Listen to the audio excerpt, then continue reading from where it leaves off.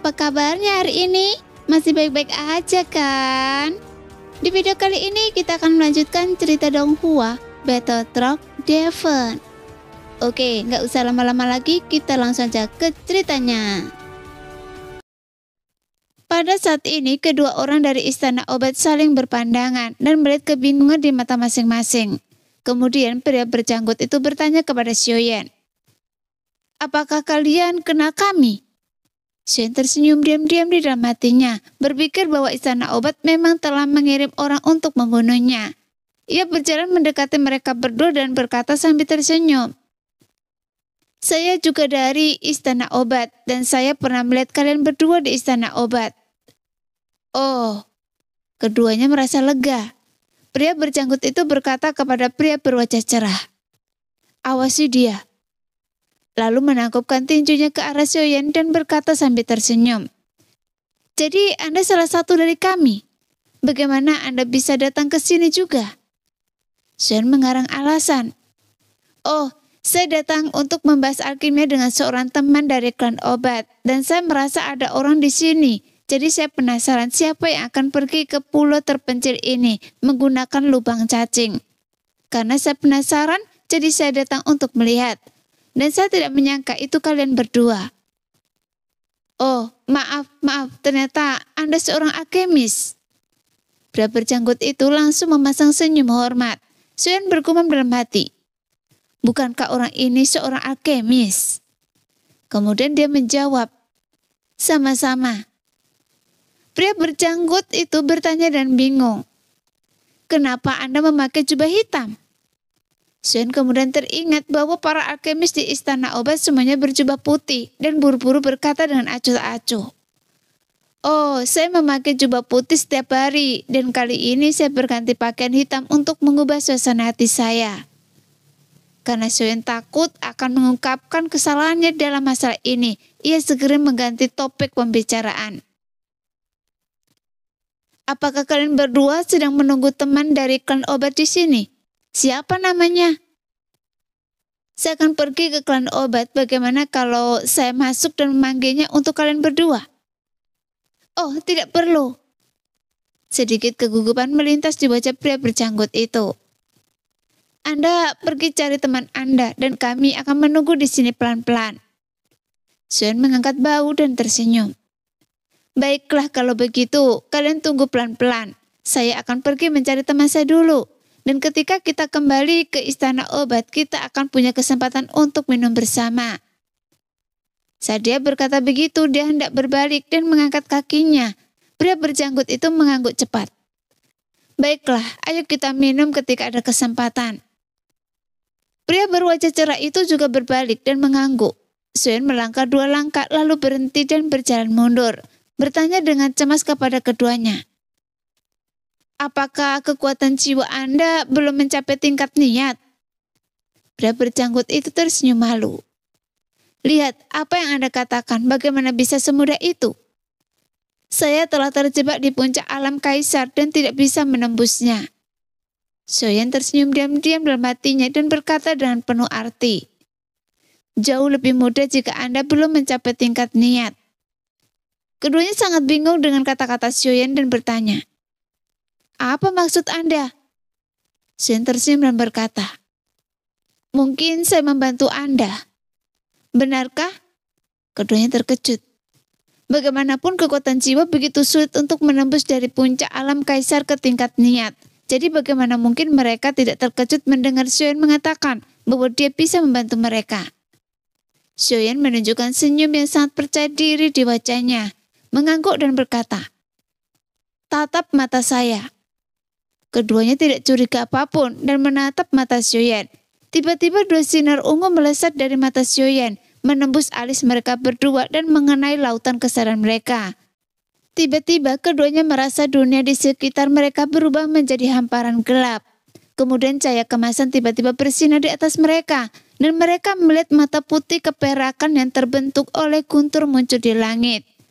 Pada saat yang sama, suara guntur yang seolah datang dari langit bergema di benak mereka satu demi satu.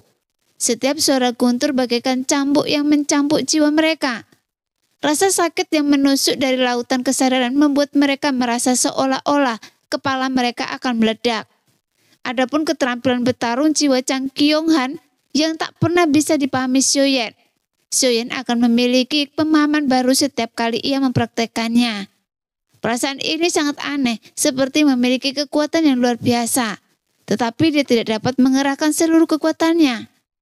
Kali ini ketika ia berlatih Chang Kyung-han lagi, ia menyadari kegunaan lain dari Chang Kyung-han, yaitu membuat musuh masuki ilusi. Kemudian ia melihat mata putih keperakan yang terbentuk oleh guntur di langit, dan jiwanya pun dicambuk oleh suara guntur. Xiaoyan merasa bahwa dirinya lah mata putih keperakan yang terbentuk oleh guntur. Ia bisa dengan seenaknya menyerang jiwa orang-orang yang berhalusinasi. Semakin lemah kekuatan jiwa orang-orang yang berhalusinasi, semakin besar rasa sakit yang akan mereka rasakan di lautan kesadaran mereka. Dan semakin banyak orang yang bisa diserang secara bersamaan. Jadi dia menamai mata putih keperakan ini dengan mata langit. Namun ada satu penyesalan, yaitu musuh harus melihatnya ketika ia melepaskannya. Tepat ketika dua dodi tingkat menengah bintang 6 dari Istana Obat sedang berhalusinasi, memegangi kepala mereka dengan kedua tangan dan menjerit kesakitan. Segera penguasa berat di tangan Xiaoyan berkelebat dan muncul. Ia mengayunkan satu kaki setinggi 888 kaki, digabung dengan satu kaki lainnya ke kepala pria berjanggut itu. Penguasa raksasa itu mengeluarkan hembusan angin kencang dan membelah kepalanya berkeping-keping, seperti membelah semangka. Lalu Xiaoyan mengayunkannya lagi dengan punggung tangannya. Satu kaki lainnya yang berukuran 888 kaki, digabung dengan satu kaki lainnya, menghantam keras kepala pria berwajah pucat itu. Pria berwajah pucat itu hancur berkeping-keping dan otaknya berceceran.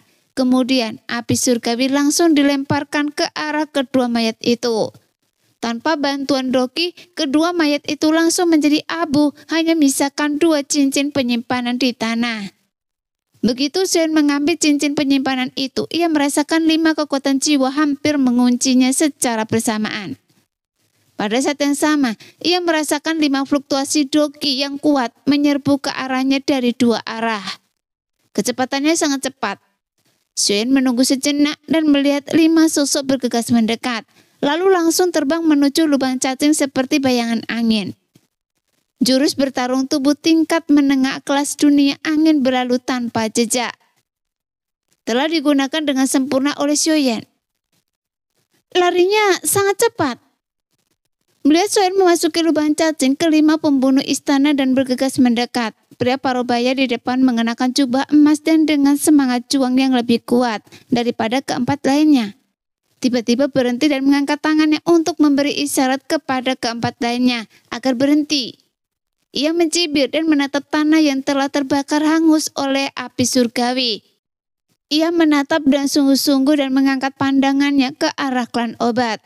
Setelah berpikir sejenak, ia memerintahkan satu-satunya wanita berjubah putih di antara kelima orang itu. Huali, Anda tetap di sini. Ingat, Anda harus terus menggunakan kekuatan jiwa untuk menjelajah. Begitu Xiaoyan keluar, Anda bunuh dia. Kalian semua ikuti saya. Kemudian ia memimpin ketiga lainnya ke dalam lubang cacing. Pada saat ini Xiaoyan keluar dari lubang cacing dan melihat lereng bukit yang tandus. Kemudian dia melepaskan kekuatan jiwa untuk pertama kalinya. Di bawah perlindungan kekuatan jiwa tingkat niat, dia menemukan bahwa pulau itu adalah pulau kecil terpencil. Panjangnya tak lebih dari 800 mil dan lebarnya tak lebih dari 480 mil. Bahkan tak ada seorang pun di pulau itu, hanya ada lautan luas membentang di sekelilingnya. Dan sekarang dia berada di tengah pulau terpencil itu. Segera Xiaoyan menarik kembali kekuatan jiwanya, meninggalkan lubang cacing tak jauh dari sana. Bersembunyi di balik pohon besar dan dengan cepat berjongkok menuju lubang cacing tersebut. Kemudian dia mengeluarkan pil kuning muda dari cincinnya. Saat pil itu meleleh di mulutnya, kekuatan obat menyebar di tubuhnya. Tiba-tiba cahaya kuning dan putih menembus tubuhnya dan menyelimuti seluruh tubuhnya. Cahaya itu berkelap-kelip di luar tubuhnya dan segera berubah warna menjadi sama dengan lingkungan sekitarnya, membuatnya menyatu dengan lingkungan sekitarnya dan tak terlihat oleh mata telanjang. Anda bahkan tak bisa memimpikannya. Saya punya pil tak terlihat. Selama saya tak bergerak, Anda tak akan bisa menemukan saya. Xuan merasa bangga dalam hatinya. Dengan cara ini, jika Anda berani memisahkan diri dari kelompok dan mencari saya secara terpisah setelah kalian datang ke sini, ayo, saya dan Longyi akan membunuh kalian satu persatu. Puncak bintang 6, memangnya kenapa? Bahkan jika saya dan Longyi tidak bisa mengalahkan Anda, saya akan perlahan-lahan menghadapi Anda. Seharusnya tidak masalah untuk melindungi diri saya sendiri. Inilah rencana Xuan untuk membunuh semua pembunuh di istana obat. Dan rencana ini bergantung pada kartu tak terlihat yang membuatnya mustahil dideteksi musuh. Keterampilan bertarung jiwa Chang Kyung-han dan keterampilan bertarung tubuh angin berlalu tanpa jejak. Serta pil tak terlihat yang membuatnya tak terlihat oleh musuh.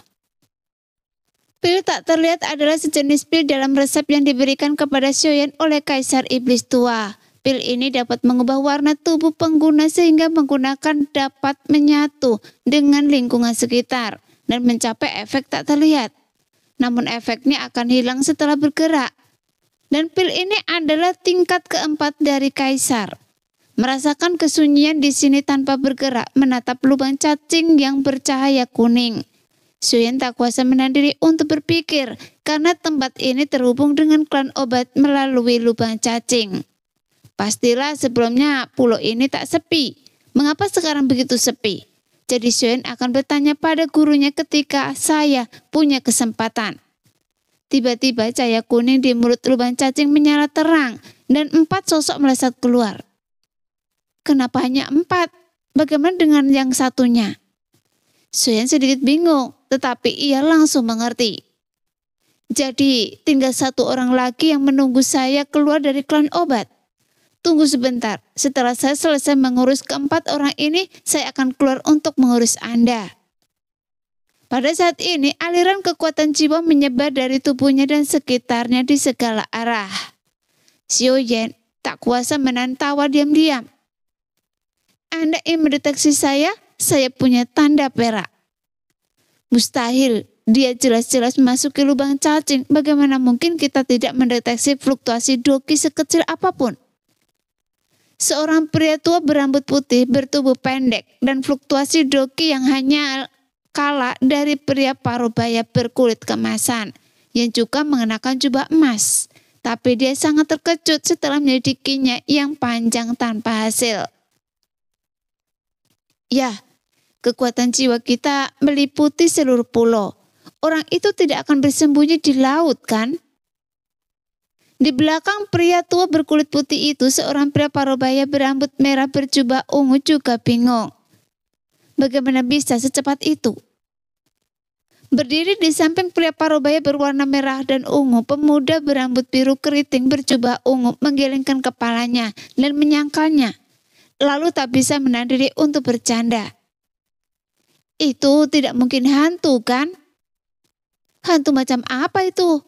Jangan bicara omong kosong, kemungkinan besar dia meminum sejenis ramuan yang dapat memblokir deteksi kekuatan jiwa. Pria parubaya berkulit emas itu menghentikan pemuda berambut biru keriting itu. Apakah ada ramuan seperti itu? Bisik pemuda berambut biru keriting itu. Pria parubaya berkulit emas itu sedikit marah. Lalu, apakah ada penjelasan lain? Pemuda berambut biru keriting itu tak berani berkata apa-apa. Sementara pria parubaya berambut merah buru-buru berkata, "Mari kita periksa lagi area ini dengan seksama untuk memastikan ada sesuatu yang baru saja kita lewatkan." Segera mereka berempat kembali melepaskan kekuatan jiwa mereka dan mulai mendeteksi. Dan Xuan yang bersembunyi di dekatnya mengerti bahwa warna pakaian orang-orang di istana obat dibagi berdasarkan kekuatan mereka. Yang puncak bintang 6 mengenakan jubah emas, yang tengah bintang 6 mengenakan jubah ungu, dan pria parubaya itu adalah pemimpin mereka. Lagi pula, orang ini seharusnya bukan alkemis karena mereka tidak mengenakan jubah putih. Jelas penilaian Xiaoyan benar. Di antara ketujuh orang ini kecuali wanita bernama Holly yang berada di sisi lain lubang cacing.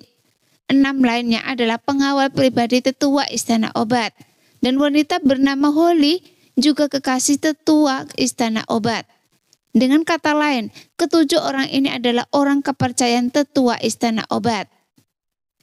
Ketika tetua istana dan mengusulkan untuk mengirim 2 puncak bintang 6 dan 5 tengah bintang 6 untuk membunuh Xiaoyan. Sebenarnya, ia mengusulkannya berdasarkan pengawal pribadinya dan 7 orang bernama Huli. Karena ia memiliki motif egois. Ketika Master Aula Alkimia murka, ia mengusulkan untuk mengirim barisan mewah yang terdiri dari 2 alkemis tingkat puncak bintang 6 dan 5 alkemis tingkat menengah bintang 6 untuk membunuh Xiaoyan. Dan ini tidak hanya akan meredakan amarah Master Aula, tetapi juga akan memenangkan hatinya. Ia juga bisa mendapatkan hak untuk menunjuk personel karena ia yang mengusulkan. Sehingga ia bisa mengirim orang-orang kepercayaannya. Ia tahu bahwa selain kuali obat kelas atas yang diinginkan Master Aula, Xiaoyan harus memiliki resep obat kelas atas peninggalan Kaisar Iblis terdahulu. Jadi mengirim barisan mewah seperti itu untuk membunuh Xiaoyan yang paling tinggi berada di tahap awal bintang 5. Jelas merupakan hal yang pasti. Sebagai alkemis tingkat 6, bukankah Holly bisa mengidentifikasi resep mana yang lebih baik sebelumnya? Sehingga ia bisa mencegatnya dan tidak menyerahkannya kepada Master Aula. Setelah mereka berempat menjelajah cukup lama, mereka dengan hati-hati menjelajahi persimpangan area yang menjadi tanggung jawab mereka. Dan semuanya menggelengkan kepala karena frustasi. Kemudian Pak Tua B bertanya, "Bos, apa yang harus kita lakukan sekarang?" Pak Tua Jin tidak bisa memikirkan solusi yang tepat untuk sementara waktu, jadi dia terdiam. Pak Tua B menatap Pak Jua Jin dan menyarankan, "Bos, pulau terpencil ini sangat kecil dan hanya ada satu jalan keluar, yaitu lubang cacing ini. Jadi dia tidak bisa melarikan diri. Bagaimana kalau begini, saya akan menjaga pintu masuk lubang cacing dan Anda bawa saudara ketiga dan keenam untuk mencari Xiaoyan." Pak Tua Jin tampak enggan dan setelah berpikir sejenak dia berkata, "Baiklah, tapi Anda harus berhati-hati. Kekuatan tempur orang ini tidak lemah." Pria tua B tersenyum tidak setuju dan berkata, "Tidak apa-apa, saya sudah merasakannya sebelum dia masuki lubang cacing, tapi dia masih di tahap awal bintang 6. Sekalipun kekuatan bertarungnya tidak lemah, saya khawatir saya tidak bisa mengalahkan saya di puncak bintang 6 kan?" Alasan mengapa dia bisa membunuh saudara keempat dan kelima begitu cepat, saya pikir adalah karena saudara keempat dan kelima terkena serangan jiwanya tanpa pertahanan. Pak Tua Jin mengangguk sedikit, tetapi tetap mengingatkan, "Lebih baik berhati-hati, saya selalu merasa orang ini cukup jahat. Setelah kita keluar, Anda harus terus menggunakan kekuatan jiwa untuk mendeteksinya. Pertama, untuk menghindari serangannya, dan kedua, untuk melindungi diri dari kemampuan bertarung jiwanya." Pria tua berkulit putih itu mengangguk dan berkata, "Saya tahu, sekalipun dia meminum beberapa pil yang dapat memblokir deteksi kekuatan jiwa, akan selalu ada saatnya efek obat itu akan hilang. Selama saya mendeteksinya, saya akan membunuhnya dengan tangan saya sendiri untuk membalaskan dendam saudara keempat dan kelima." Pria parubaya kemasan itu menggelengkan kepalanya dengan ekspresi garang di wajahnya. "Setelah Anda mendeteksinya, jangan khawatirkan dia dulu. Gunakan saja kekuatan jiwa untuk menguncinya di sini. Lagi pula Anda tidak bisa keluar bersamanya. Tunggu sampai kita selesaikan Xiaoyan, lalu masuk dan bunuh dia. Saya harus membuatnya berharap dia tidak bisa hidup atau mati." Setelah mengatakan itu, pria parubaya kemasan itu berbalik dan masuki lubang cacing. Kemudian pria parubaya merah dan pemuda berambut biru menepuk bahu pria kulit putih itu dan memasuki lubang cacing. Melihat pria parubaya kemasan di puncak bintang 6 dan 2 pria parubaya bintang 6 masuki lubang cacing dan pergi. Hanya pria tua berkulit putih di puncak bintang 6 yang tersisa. Xiaoyan sangat gembira. ini lebih ideal daripada dugaannya sebelumnya, bahwa 4 orang akan mencarinya berpasangan.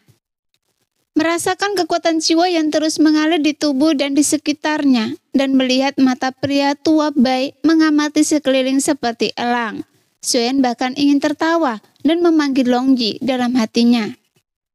Longyi, ada pertarungan. Longyi menjawab dengan cepat, nadanya penuh kegembiraan. Begitu mendengarnya, ia tahu bahwa Longyi sedang menunggu dengan cemas. Iya, Xiaoyan tidak menggoda Longyi karena ia juga sangat bersemangat. Kita sekarang berada di pulau tertutup. Hanya ada 1 lubang cacing di pulau itu. Dan sekarang hanya ada 1 puncak bintang 6 yang menjaga kita. Hanya 1 puncak bintang 6 dari istana obat? Ya, keluarkan saya dan bunuh. Longyi sedikit tidak sabar. Xiaoyan berkata kepada Longyi dalam hatinya, kita harus membunuhnya, tapi sebelum membunuh kita harus memikirkan cara membunuhnya. Bagaimana lagi kita bisa membunuhnya? Dia hanya puncak bintang 6, bukankah tahap akhir bintang 6 dari aliansi bayangan yang terbunuh oleh kita dalam 2 atau 3 serangan? Lawan dia langsung. Xiaoyan dapat sepenuhnya membayangkan ekspresi Longyi yang bersemangat sekarang dan tak dapat menahan diri untuk menggodanya. Bocah, kenapa saya tidak menyadari Anda begitu kejam sebelumnya? Lalu dia berkata, saya juga ingin bertarung langsung dengan puncak bintang 6 untuk menguji apakah kekuatan tempur kita dapat melawan puncak bintang 6. Tapi jangan gegabah, kita belum pernah melawan puncak bintang 6. Dan kita tidak tahu seberapa kuatnya dia daripada tahap akhir bintang 6. Terlebih lagi, Anda telah menyelinap saat membunuh tahap akhir bintang 6 dari aliansi bayangan. Longyi tidak berpikir begitu. Ayah sangat kuat, Anda pasti tidak kesulitan menghadapinya sendirian. Apalagi kita berdua. Biarkan saya keluar, bergegas dan bunuh dia langsung.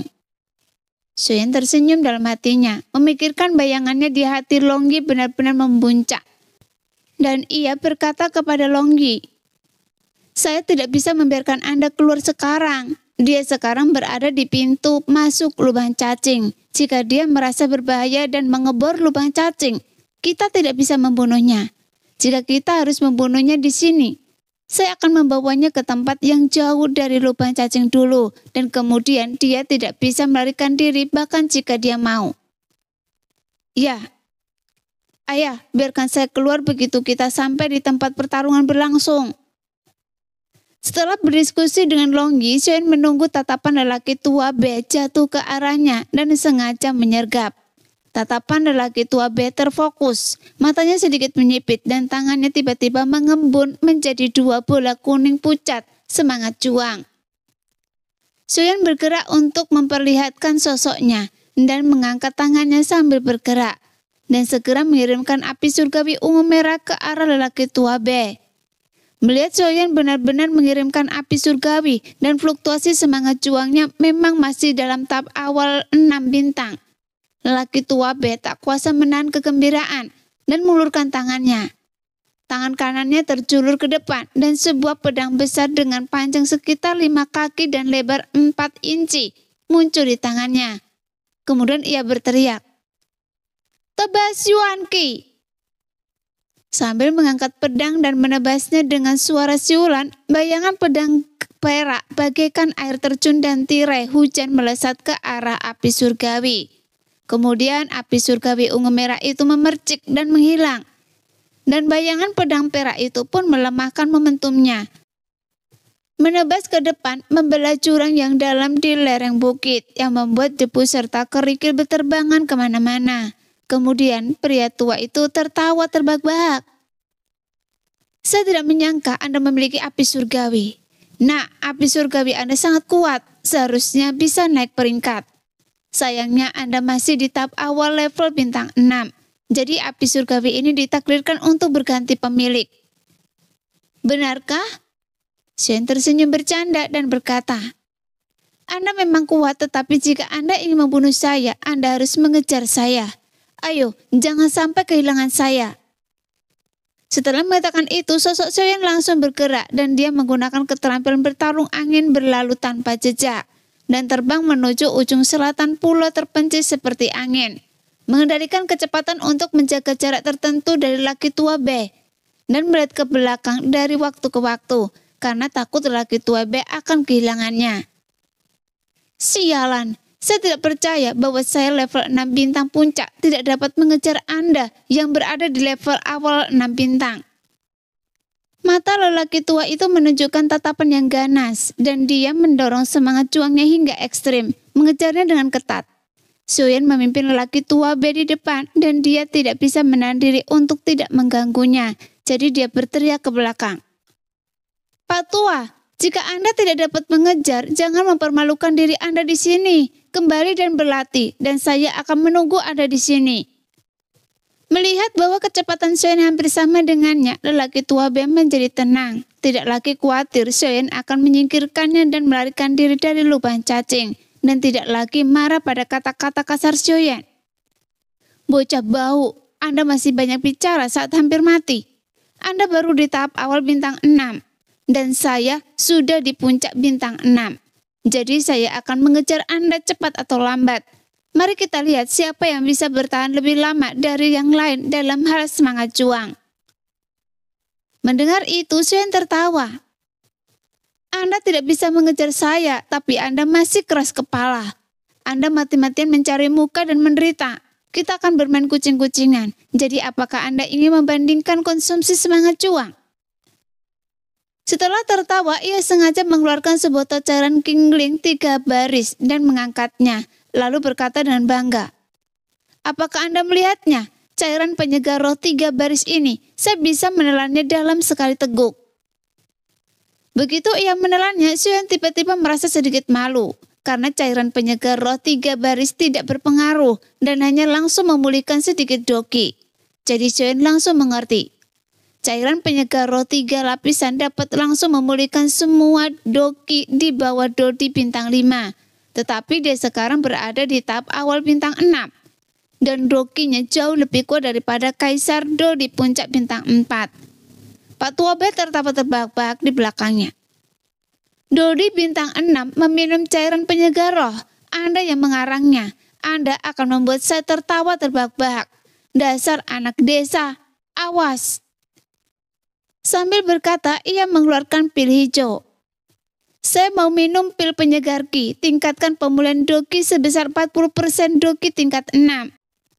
Kemudian ia melambaikan tangannya ke arah Xiaoyan seolah pamer dan menelannya dalam sekali teguk. Melihat itu Xiaoyan sedikit tertekan dan terus melangkah maju perlahan. Namun suara Pak Tua B datang dari belakang Xiaoyan. Nak, ramuan apa yang Anda minum sebelumnya? Mengapa kekuatan jiwa kami tidak bisa mendeteksi Anda? Xiaoyan tiba-tiba menjadi bersemangat dan sengaja membuat marah Pak Tua B dengan berkata, bagaimana mungkin orang desa seperti Anda pernah mendengar tentang ramuan yang saya minum? Lalu Xiaoyan mengarang kebohongan. Itu bisa memblokir deteksi kekuatan jiwa Dodi tingkat 8. Anda membual. Yang terbaik yang bisa Anda lakukan adalah tingkat 7 Kaisar. Pak Tua B berkata dengan keras di belakang Xiaoyan dengan tak percaya. Diam-diam memacu semangat juangnya dan meningkatkan kecepatan mengejar Xiaoyan. Namun Xiaoyan merasa lucu dan terus menggoda. Perlukah saya menyombongkan diri? Anda bahkan tidak bisa menemukan saya bersembunyi di bawah hidung Anda. Jadi Anda sangat bodoh. Wajah Pak Tua B memerah dan dia berkata dengan nada menghina. Jika Anda tidak meminum ramuan yang dapat memblokir deteksi kekuatan jiwa, Anda pikir Anda bisa menyembunyikannya dari mata kami dengan memakan pil tembus pandang yang rusak? Pil tembus pandang yang rusak? Xiaoyan sangat marah karena itu adalah resep yang ditinggalkan oleh Kaisar Iblis Tua. Namun ia merasa ada yang mencurigakan dalam perkataan Pak Tua B. Bagaimana dia tahu kalau dia minum pil tembus pandang? Jadi dia tidak bisa menahan diri untuk bertanya setengah bercanda. Anda tahu saya minum pil tembus pandang? Apa yang saya minum itu namanya pil tembus pandang, oke? Anda bodoh sekali. Saya bilang Anda orang desa dan Anda masih tidak mengakuinya.